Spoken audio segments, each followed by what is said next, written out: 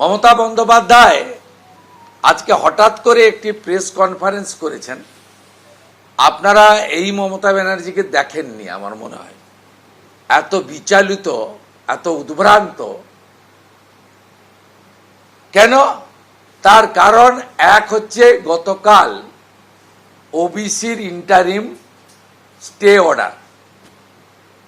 কারণ উনি জানেন 17% হিন্দু ওবিসি ওনার বাইরে চলে গেছে, উনি অধিকার কাটতে গেছিলেন। আবার অন্যদিকে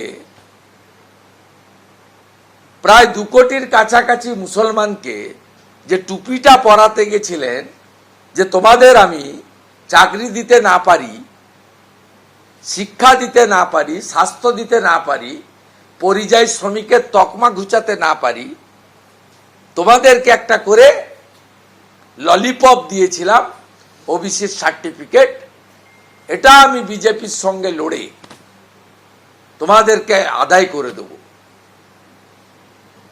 এখন তো মমতা বন্দ্যোপাধ্যায়ের যা অবস্থা হলো, আমাদের গাঁয়ের কথা আছে, জালও গেল গামছাও গেল।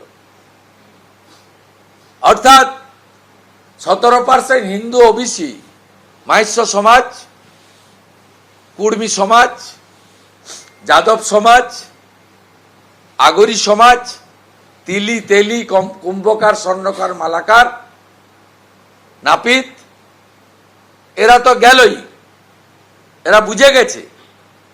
আর সাথে সাথে মুসলিমদের যে সর্বনাশটা করলো, তারা হয়তো জেনারেল ক্যাটাগরিতেই লড়ে শিক্ষা নিয়ে, মেধা দিয়ে, তারাও, তাদের মধ্যেও তো অনেকে বড় বড় জায়গায় যান শিক্ষা দিয়ে, আইএস আইপিএস হন, জুডিশিয়ারিতে যান, ডাক্তার ইঞ্জিনিয়ার হন, তাদেরকেও সর্বনাশটাই মুখ্যমন্ত্রী করলো। এটা প্রমাণিত হয়েছে, তাই ঘাবড়ে আছে। দ্বিতীয় ঘাবড়ে থাকার কারণ হচ্ছে খিদিরপুর। আপনারা মনে হয় জানেন না, আপনারা গত পরশুদিন একজন ব্যবসায়ীকে প্রতিবাদ করতে দেখিয়েছিলেন। ওই ব্যবসায়ীকে পরশুদিন সন্ধ্যা থেকে থানায়, ওয়াটগঞ্জ থানায় তুলে নিয়ে যাওয়া হয়েছে এবং আজ পর্যন্ত কোর্টে প্রডিউস করা হয়নি। আমরা তার বাড়িতে লোক পাঠিয়েছি, এনএইচআরসিতে কমপ্লেন করছি এবং পুলিশ, কলকাতা পুলিশের বিরুদ্ধে অপহরণের মামলা করার জন্য আমরা ব্যবস্থা নিচ্ছি।